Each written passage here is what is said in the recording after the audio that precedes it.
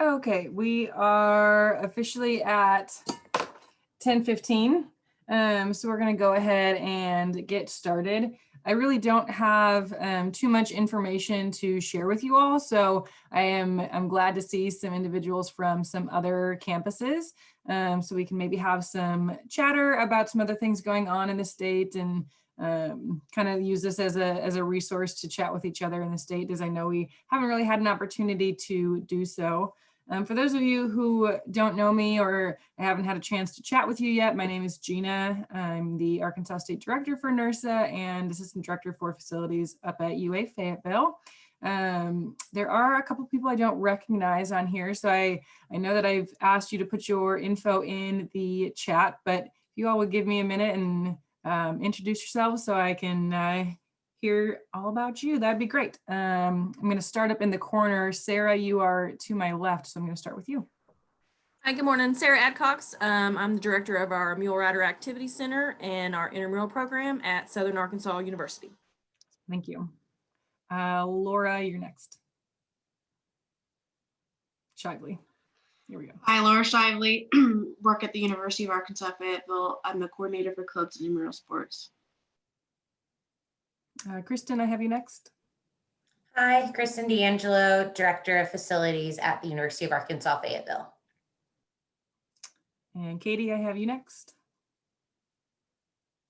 You're on mute. I'm Katie Helms at UA Little Rock, and I am an assistant professor there. Awesome. Casey? Hello, Casey Fant, Assistant Director of Fitness Wellness at University of Arkansas Fayetteville. Jonathan?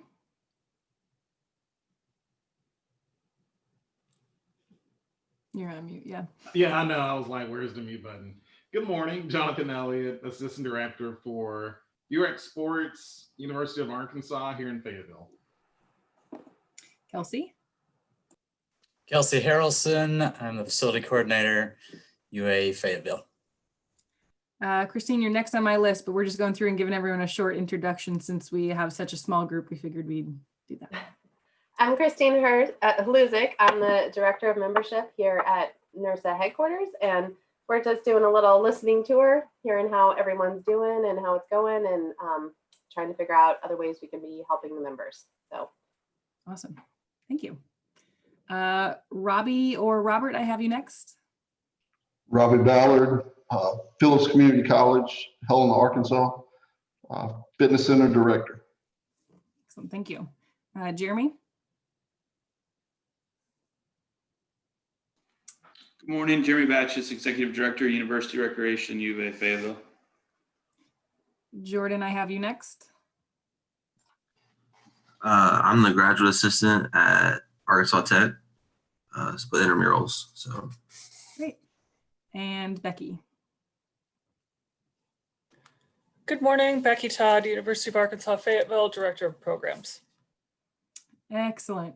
So thank you all for jumping on. I know typically Arkansas doesn't have a large group, but I'm happy to see some different schools represented here today, so we can maybe get some chatter going on how everyone's doing in the state and get through some business.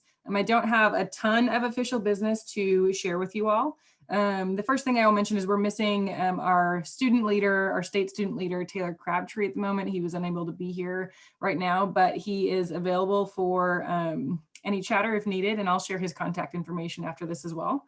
But he just joined us, and this is his first year as a GA at University of Arkansas Fayetteville in facilities.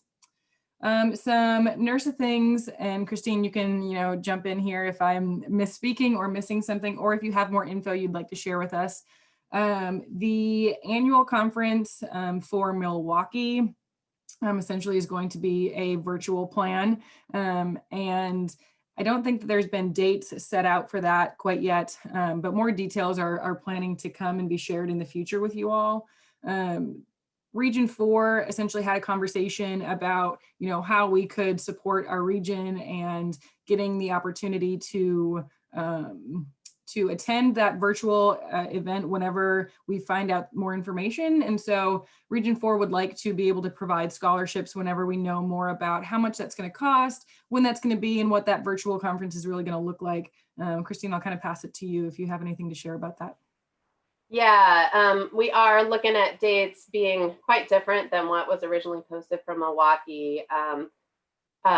Likely towards the end of February at this point. But we, like many of you, we're trying to get the software and all sorts of other things set up to make sure we're going to be able to pull together a fantastic conference experience. But we are looking at, a 3 to 4 day virtual event, and the price point is going to be substantially lower.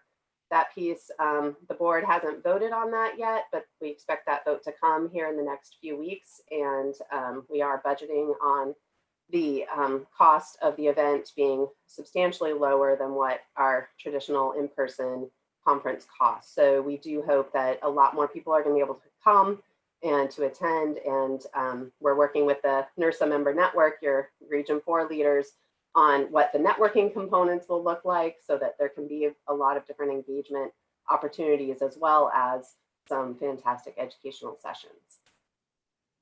Awesome. Thank you. Yeah, we look forward to hearing more about that. And, as miserable as this COVID has been, it has been kind of nice to be able to jump in maybe on opportunities that haven't always been available to everyone virtually. So I'm looking forward to hopefully a lot of participation from Region 4 and from the state of Arkansas, as well as, sometimes it's not easy to travel, but it is easy to hopefully jump on Zoom for a lot of you.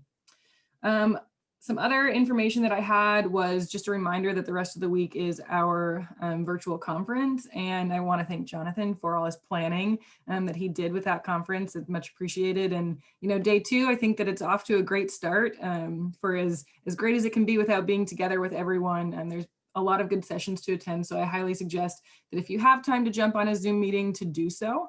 But I would also remind you that the sessions are all being recorded and will be available on our YouTube channel. So if there's a session you really wanted to attend but missed for some reason or another, those will be available on YouTube. And I will send an email out to our group as a reminder with those links to our YouTube channel, so you can reach that after the conference if you're interested in listening to any of those presentations.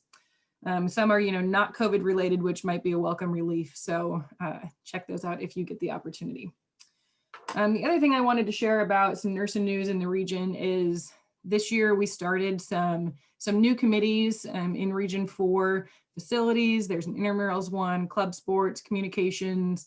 And so, at the turn of January, at the turn of the year, we will start looking for maybe some replacements or some people who are continuing to be interested in being involved in NERSA. So if that is something that you're interested in, when that information comes out about joining one of the new committees or just your general interest, please let me know. I'm happy to connect you with anyone that can get you involved in that. And this is a great opportunity for Region 4, as we've not had a lot of subcommittees before to work on, and this is a great opportunity to kind of jump in. If you're interested in something specific, please let me know and I can direct you in the right direction. Let's see here. Okay, some state business items. We in the past 2 years ago, Kristen, correct me if I'm wrong here, 2 years ago had the in-person workshop that we did. And I know that some people were able to attend, and we've kind of left that workshop in the balance of, we were hoping to do another one in the future, but never really got off the ground. And so I wanted to open the conversation up to see if that is something that would be of interest to this group. And if so, maybe what that might look like, or if there's something that we can do to really support the people in this state to have more conversations with each other, kind of not only as we navigate this time, but as we just navigate our jobs in general. So at this time, I'll just open that up for anyone who wants to comment.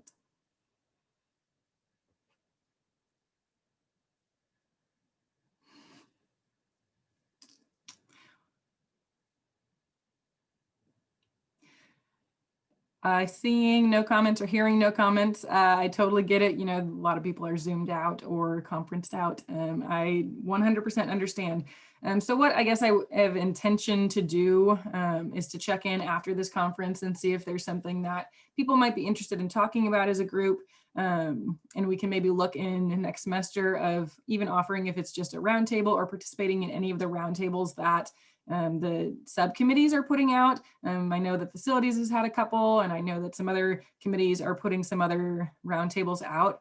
But we can certainly do an Arkansas roundtable, you know, if we need to get together and chat and talk about changes as regulations changes and all that kind of good stuff. And it's nice to be able to chat with the actual state that is experiencing a lot of the similar or same regulations, as opposed to maybe getting wrapped into another group where the regulations just aren't the same. So hearing no immediate interest in that, I will table that for now, but keep it on my radar and reach out to you all with some ideas in the future.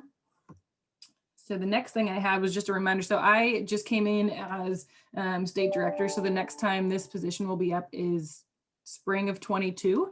And so if this is something that you're interested in, you can always reach out to me and we can chat about it. But keep that in mind as we hope to, you know, pass the baton. And I hope that, you know, someone maybe other than someone up at Fayetteville is interested in this position. And, you know, we really want to make sure that we spread the wealth and share the NERSA fun and responsibility of the state director position. And Kristen obviously has served as that before. I believe Jeremy served as that before. And so we're welcome to talk to you about any of that and what that might look like or what kind of workload that might add to your plate. So if that's something you're interested in, keep that in mind as well.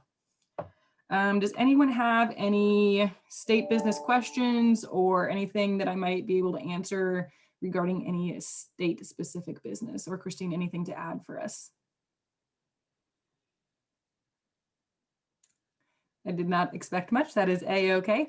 I was just going to add in terms of a state meeting, you know, it can take all sorts of shapes. I know some people do one where you spend the night, but other people do just a drive-in. So you're together, you know, for 5-6 hours and then, you know, people head out. So with the state being a little bit smaller, you know, there might be some options for that kind of thing. But I know at least some of the different ones I've been able to attend around the country that they have been really impactful for people. So, but it just depends on what you all want.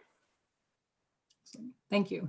Yeah, I think we, you know, might all agree that when we were able to get together that couple years ago, it was just kind of a really nice day to spend with each other. And we definitely left wanting more. And I don't want to lose that if that is something that we want to continue to have. So if something sparks your mind or your interest, please let me know and we can work together to make something happen.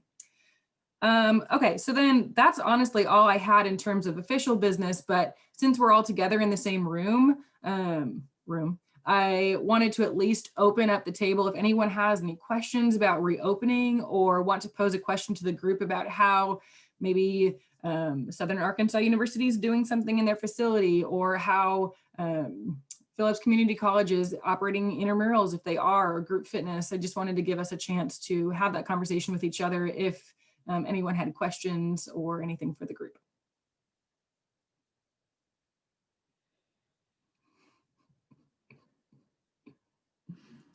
So we're looking ahead to our spring semester, and I'm just wondering, with our intramural program, you know, we had everything has to be approved from our COVID task force.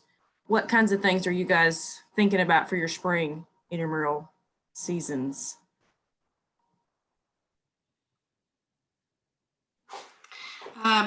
We have been able to run quite a few intramurals at the University of Arkansas Fayetteville. One bigger sport that has worked really well for us is softball, since majority of the time it does allow for social distancing. But we've also done some smaller sided games and just increased our sanitation protocol between matches.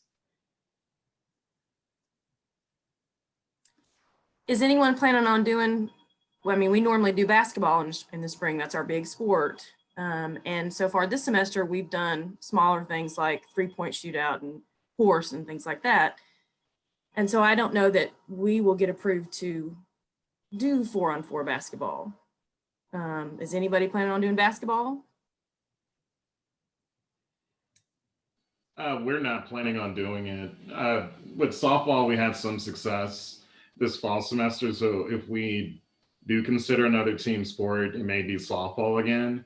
And then potentially looking at other smaller events, like 4v4 football is not yet approved, but, at least it's having a conversation and seeing, what it looks like. Because I think in some ways too, the students want to do more kind of versus events, and things like a shootout or passing drill competition just doesn't get that engagement, unfortunately. But we'll see what the spring semester looks like. But if anything, softball seems to work pretty well in the current environment.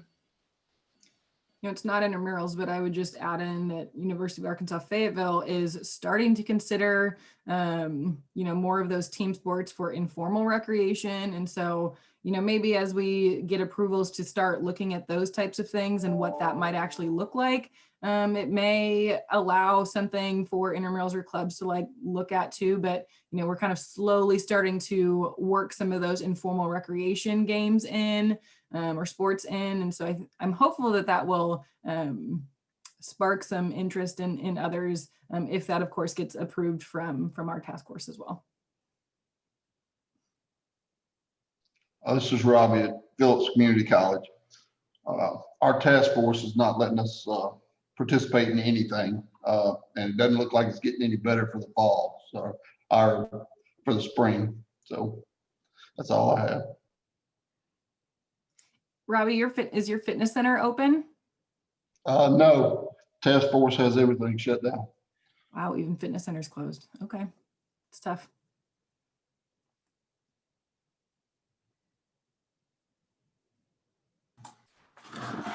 At Arkansas Tech, we've actually been doing all of our sports like normal for the most part, except we can only have 30 people out at, say, a field at a time. So we have to limit the number of people on a team. And then they've also been making us everybody has to wear masks while they play. But so far with that, and then like cleaning, no fans, limiting the numbers down to 30 or less people, we've actually been able to do everything pretty much as normal. And as far as I know, for the spring, we're still planning to try to offer 5-on-5 and again, try to keep the numbers at 30 or less. And then hopefully we can get away from masks, but I doubt that'll happen. We'll probably have to wear masks still. So Jordan, can I ask, are you all screening with taking temps and all that kind of stuff before the matches or before the games? We have not been doing it before games. Every student is supposed to do that before they come to school each day. Now, I mean, obviously they probably don't. I understand they don't, but so far we haven't had to do that. Okay, interesting.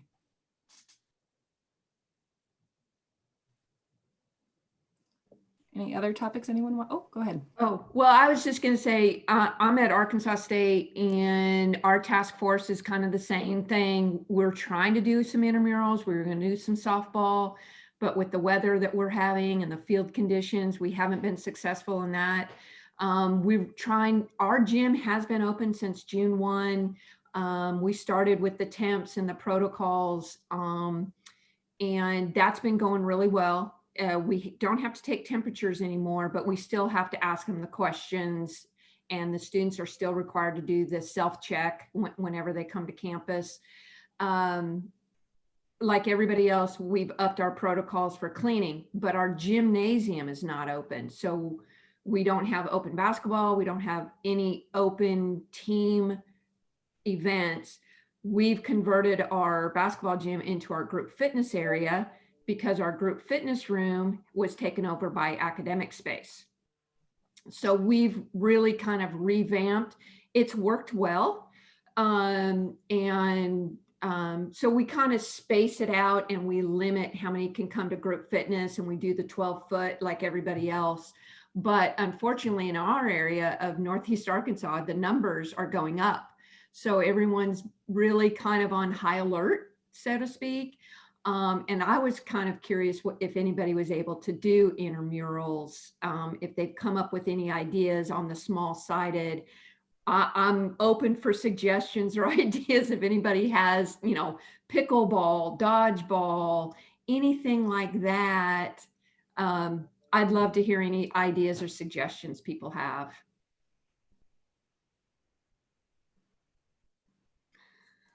So we did pickleball, we did badminton, we did Okay. volleyball. Sand volleyball was popular.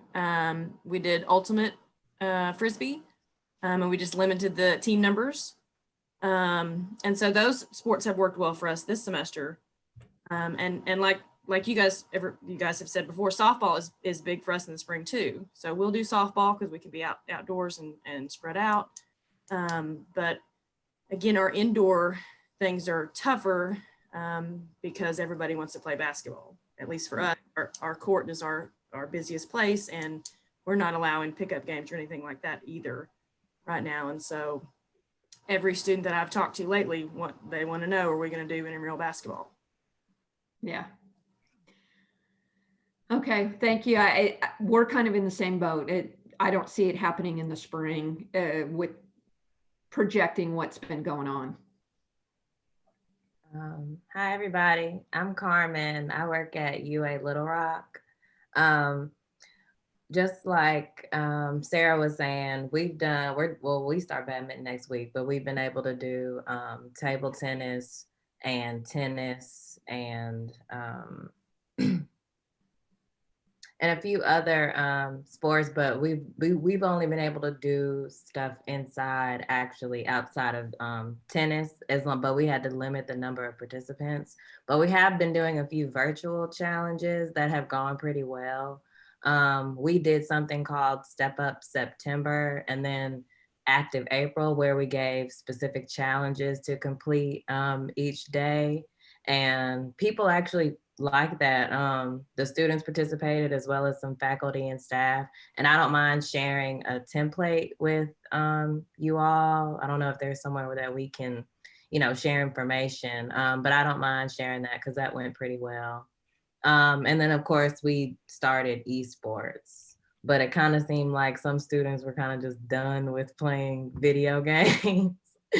So, I mean, that's been okay. But I think our most successful things have been like the Active April challenges and the Step Up September challenges that we've been doing. And then next week we actually start like a sports trivia challenge where we're going to set up in the cafeteria and video people answering questions to answering the questions and then creating a video at the end of each week to kind of just have some content to also post to social media. So, yeah. Carmen, your comment made me realize that so I posted my email in the chat, and if there is materials that you would want to share with the group, you can go ahead and send those to me and I can compile them all and then share where I compiled all those resources with the members of our state so you can have access to them and not worry about a big email chain bouncing around with a bunch of info. But if you want to send anything to me, I'm happy to compile that for everyone and then share where I've stored that. Okay, no problem. And then like if anyone else has any suggestions, I'm certainly open to them. Would love to see what everyone's doing. Yeah, I would also just chime in and say if there's any way to just cross partner with other departments on campus. I know we've had some success partnering with housing on a couple of events, whether it's a virtual race or something that they're planning in their rest halls. So even just offering a template to them or a way that we could track or they could track the participants, I know they were very appreciative. And then we have another event happening next week as well. So I know they're always looking for things to do for their residents. And so if you have any on-campus residents, but I think Little Rock is more commuter. So I think there's going to be a bit differences with different schools and their populations, but any kind of cross collaboration was really helpful for us. Right, yeah. So that's also been a bit of a challenge, like having to deal with a mostly non-traditional commuter campus. But I mean, overall, it hasn't been that bad.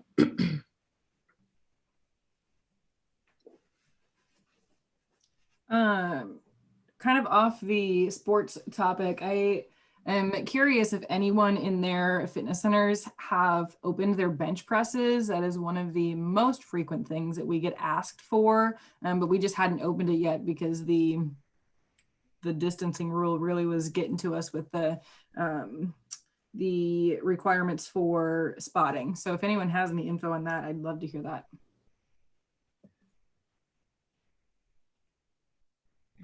No one's going for it. We've had ours open the whole time. We reopened July 6th. And so if someone is using a bench with a spotter, their masks stay on and they don't come down at any point in time. It's been a little tough to pay attention to all that with our student staff, and but we're also limiting our numbers per hour, and so that's helped too. But so far we really haven't had too many issues. Do you have your spotter like stand over the position, or do you have them on the end, one on each end of the barbell? It really kind of depends. It depends on how many people we have around. You know, for us, we couldn't move a lot of equipment to different areas because we have a small facility. So it's really just talking to our students and saying, okay, while you're doing this workout or whatever, again, keep your mask up, sanitize. I mean, that's all we can really do. Right. Yeah. Yeah. That's the balance of like, how much can you actually manage? And yeah. Okay. Well, and what we did at Arkansas State was we don't allow spotters. Our benches have been open, but what we ended up doing was we got green painter's tape and we put it all the way around the equipment, and we put our equipment 12 feet apart at least, and then put the green tape, and then we just say one person inside the green bubble. And that way, if people want to spot, we just have to keep an eye on them, say, I'm sorry, you know, we don't allow spotters at this time. You know, we go through our whole Department of Health guidelines. And that has seemed to work. And especially with that visual boundary has really helped with the students, because they seem to grasp that. And we tell them, if you're inside your green bubble, you can take your mask down and do your exercise. But as you move through the facility and from equipment to equipment, we ask that they have their mask on, wipe down, and that has seemed to help with a visual boundary. Yeah, I would agree with the visual boundary. We've done something similar, and that, yeah, it's interesting to know that you've placed your benches in a boundary as well. I mean, so if someone is even standing outside that boundary, if there was a struggle there, you know, someone might be able to assist with that from there. But yeah, we just ask them, you know, I'm sorry, we realize you want to have a spotter, but in these times, blah, blah, blah. And good to know. Thanks for sharing.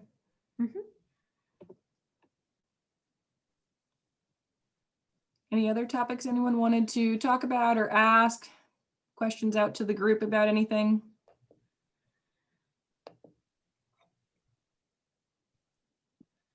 Hey, this is Doffel from UA Little Rock. I wanted to ask, I jumped on kind of late because I had a meeting with my boss. So as far as disinfectant goes, we are fogging every night, and we have the electrostatic sprayer that we spray 3 times a day in the fitness center, food service area, and everything. When you do get a positive case, how quick are you guys finding out about it? I found out about a case that we had back on Wednesday, and you know, the information is like, when someone tests positive, we don't know until maybe 3 or 4 days later.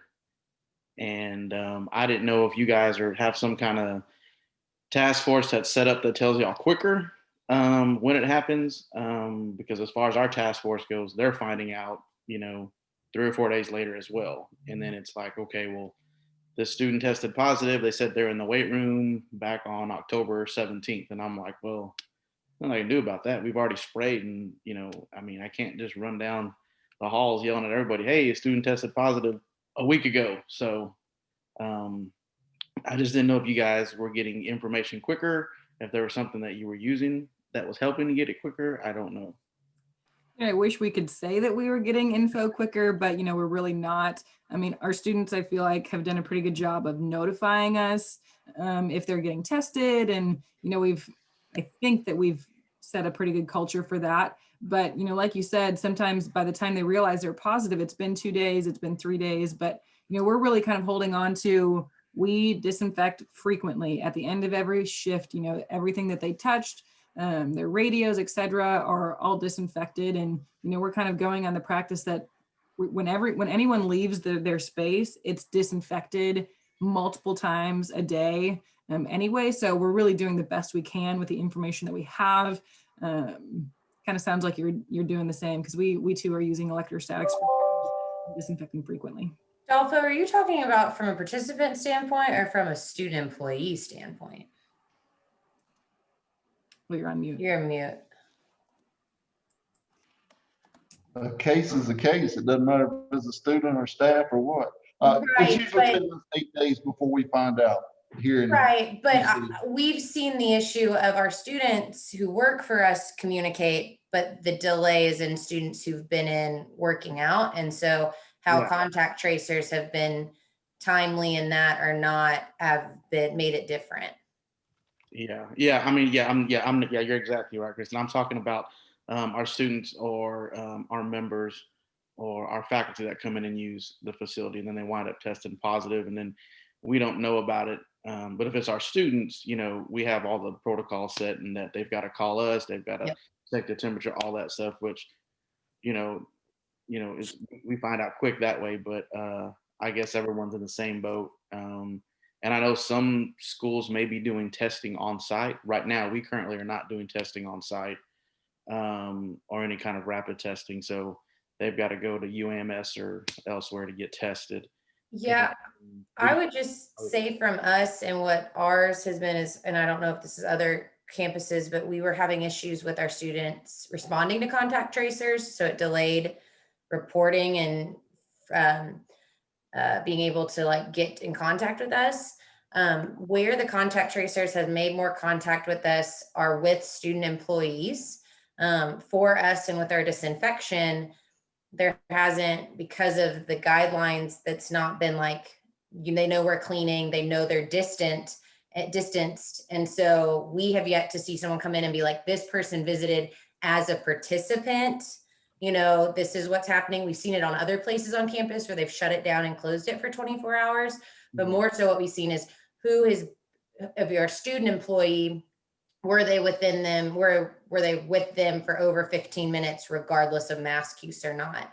So that's why we've been told we haven't seen as much information from a participant being us getting a notification versus a student employee, because a student employee has the higher risk when they're around other student employees and those behaviors, where if we're 12 feet apart, masks are on, all that stuff, then they're not trickling back down to that level, and for our frequency of disinfection. I think Jeremy had his hand up to throw a comment in. Yeah, hey Dolvo. So just to kind of a couple things from kind of the administrator lens side of it, because I talked to my provost yesterday about where we're at from a campus perspective and how we're approaching these things. And, let's be honest, the contact tracing sucks. I mean, and it's not working, it's not effective. And so I think when all of us opened our doors, we took on a level of risk that basically said, when you walk in our doors, we cannot guarantee your safety. We will do everything and put all the protocols and processes in place so you can have a safe experience, but no amount of cleaning is going to stop the spread of COVID necessarily in our facility. We can limit it, but it's not going to stop it. And so in my opinion, I think my campus administration believes this, there is some sort of responsibility on the student themselves as they use equipment, and whether that's hand sanitizer before or after, washing your hands before or after. And so we're really trying to sell it in terms of, these are good, safe, health, personal hygiene habits that you need to do. But we are also doing, all these extra steps too. We've had really good feedback from our campus in terms of our operations, the way our participants, faculty, staff, and students compare us to local gyms in town. It's extremely much more expensive to operate in this environment, but the return on it, the participant experience has been good. In short, to answer your question, we're not getting notified, quite frankly, unless they're an employee that is going through the processes on our campus, which means they have to go and self-report, or they get tested at the center on campus and then it's automatically reported. Other than that, we don't know. We don't know if a participant has come in and have had it at any point, or in some cases, we don't always know about our staff members. So I think we just try and set the best environment possible, knowing that there is a degree of risk when you come into our facilities, but here's how you protect yourself. I'm a big proponent of the mask and say, if I could go back into July, I'd say wear the mask all the time in our facility and forget the ADH directive that says you can take it off while you're working out, leave it on 100% of the time. But we're not there at that point. We can't be more restrictive at UAF than the state.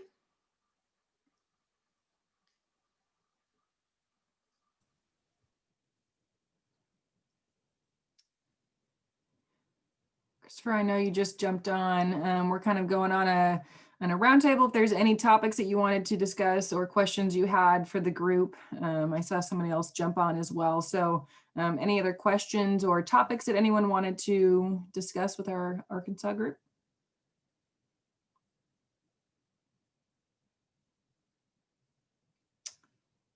Last call for anything that anyone needs to say or share. Christine, if there's any last minute things you need to share with us.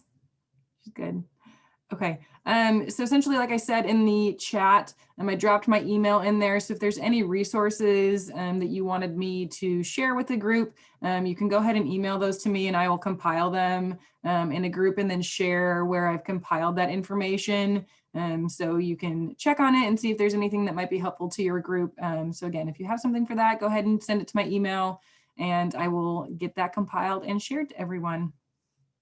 Thank you all very much. I appreciate it. I appreciate the conversation and getting the chance to chat with you all. Have a wonderful rest of your week and enjoy the conference. Great to see everyone. Yeah, everybody.